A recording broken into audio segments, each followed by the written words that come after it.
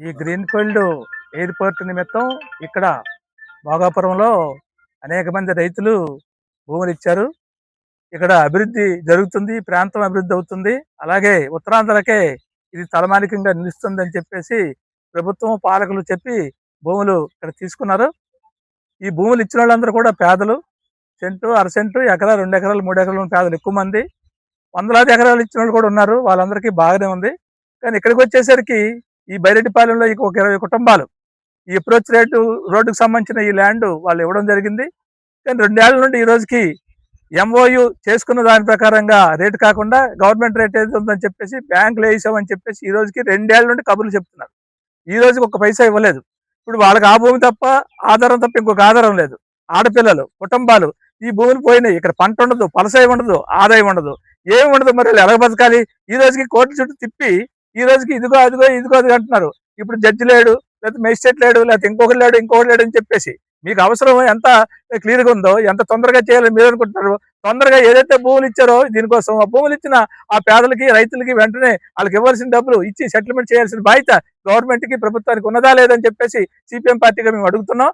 అందుకని నిన్న దురదృష్టం ఏంటంటే నిన్న మొత్తం రాష్ట్రం అంతా నివిరిపోయింది. రాష్ట్రం అంతా గమనిస్తుంది.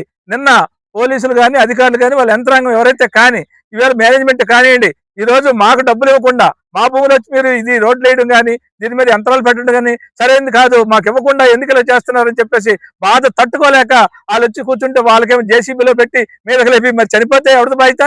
ఆ రకంగా మీదకెత్తి అంత నేరం వాళ్ళు ఏం చేశారు? మీరు బుల్డోజ్ చేస్తారా? జనం మీద బుల్డోజర్లు అడుగుతారా? ఇదా మీ పరిపాలన? ఇదా మీ అధికారం? ఇది కరెక్టేనా? కాబట్టి మీరు తీసుకున్నారు భూమి, అదేమో ఊరకు వచ్చిన భూమి కాదు, వాళ్ళ కష్టార్జితం, వాళ్ళ పిత్రార్జితం, తాత ముత్తాతలు సంపాదించిన ఆస్తి. ఆ ఆస్తిని వాళ్ళు త్యాగం చేశారు, అభివృద్ధి కోసం త్యాగం చేశారు. అభివృద్ధి కోసం, ప్రజల కోసం ఇస్తే ఆ ప్రజలకు ఈ రకంగా మీరు పోలీసులు పెట్టి, యంత్రాంగాన్ని పెట్టి, అదిరించి బెదిరించి, బుల్డోజర్లు తెచ్చి, బేసీలు పెట్టి ఈ రకం చేయడం చాలా దుర్మార్గం, చాలా అన్యాయం. దీన్ని సిపిఎం పార్టీ తీవ్రంగా ఖండిస్తున్నది. ఆ రోజు ఇక్కడ భూములు ఇచ్చినప్పుడు కూడా ఈ రైతుల పక్షాన సిపిఎం పార్టీ రాత్రి పగలనుకుని నిద్రాహారం లేకుండా ఇక్కడ పోరాడాం.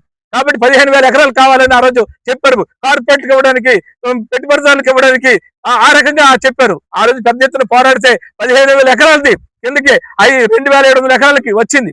ఆ రోజు 10 లక్షలు, 12 లక్షలు ఉంది, 33 లక్షలు, 38 లక్షలు రేటు పెరిగింది సంతోషమే. కానీ ఇందులో కొంతమంది లాభపడ్డారు, పెద్దలందరూ లాభపడ్డారు, ఇలాంటి పేదలందరూ నష్టపోయారు. ఇప్పటి వరకు ఇవ్వకుండా ఆ రకంగా పేదలను కొట్టే పరిస్థితి వీళ్ళ ఉంది. వీళ్ళ ఇక్కడ గ్రామ పెద్దలు కావచ్చు, మండలం పెద్దలు కావచ్చు, మొత్తం ఇక్కడ నాయకత్వం కావచ్చు, ఏవైతే ఎన్నికలు రాజకీయాలు చేసి ఎన్నికల ఓట్లు తీసుకొని ఈ ప్రజల్ని ఈ రోజు నడి రోడ్డు మీద చేయడం అనేది ఇది ఎంతవరకు కరెక్ట్ అని చెప్పేసి మేము ప్రశ్నిస్తున్నాం. అందుకని ఇవాళ ఇక్కడ పరిశీలనగా వచ్చాం.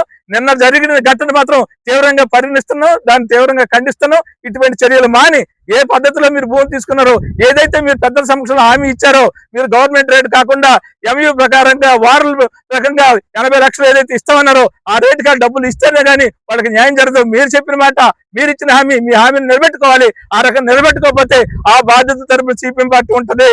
సిపిఎం పార్టీ పోరాటం చేస్తుంది. మాకు లాఠీలు, తోటాలు, జైలు కొత్త కాదు.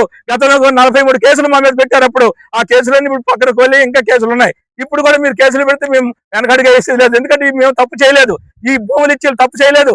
అభివృద్ధి కోసం భూములు ఇచ్చారు, అందరి కోసం భూములు ఇచ్చారు. అందరి కోసం వేలాది మందికి ఉపాధి వస్తుందనో, బతుకుతారనో, అభివృద్ధి అని ఇచ్చారు. మరి అలా అందరూ బతికితే ఈ 20 కుటుంబాలకు ఎందుకు నాశనం చేస్తారు? మీరు 20 కుటుంబాలు సాటిస్ఫై చేసి ఇవ్వాల్సింది ఇచ్చి అప్పుడు మీరు కట్టుకోండి. కాకపోతే రేపటి నుండి పనులు సాగితే మాత్రం అంగీకరించలేదని చెప్పేసి హెచ్చరిస్తున్నాం. కాబట్టి ఏదో కంటి తోడుపుగా వచ్చేసి మేము చేస్తాము, చూస్తాము, బ్యాంకులో ఉంది, కోర్టు, ఇవన్నీ ఆడికెందుకు? పేదోడికి కోర్టు గిట్టు కాదు. తక్షణమే ఆ డబ్బులు రిలీజ్ చేసి ఏదైతే 80 లక్షలు చెప్పారో దాని ప్రకారం వాళ్ళకి ఇవ్వాలి. ఇవ్వకపోతే వీళ్ళందరూ కలుపుకొని పెద్ద ఎత్తున మండల వ్యాప్తంగా దీన్ని విస్తరింపజేస్తాం, జిల్లా వ్యాప్తంగా విస్తరింపజేస్తాం. ఈ దుర్మార్గానికి వ్యతిరేకంగా పోరాడతాం. ఇప్పటికైనా అధికారులు, యంత్రాంగం స్పందించి ఇక్కడ బయటపడడం, ఈ పేదలకి న్యాయం చేయాలని చెప్పేసి సిపిఎం పార్టీ తరఫున కోరుతున్నాం. చేయకపోతే ఉధృతంగా ఆందోళన చేస్తామని హెచ్చరిస్తాం.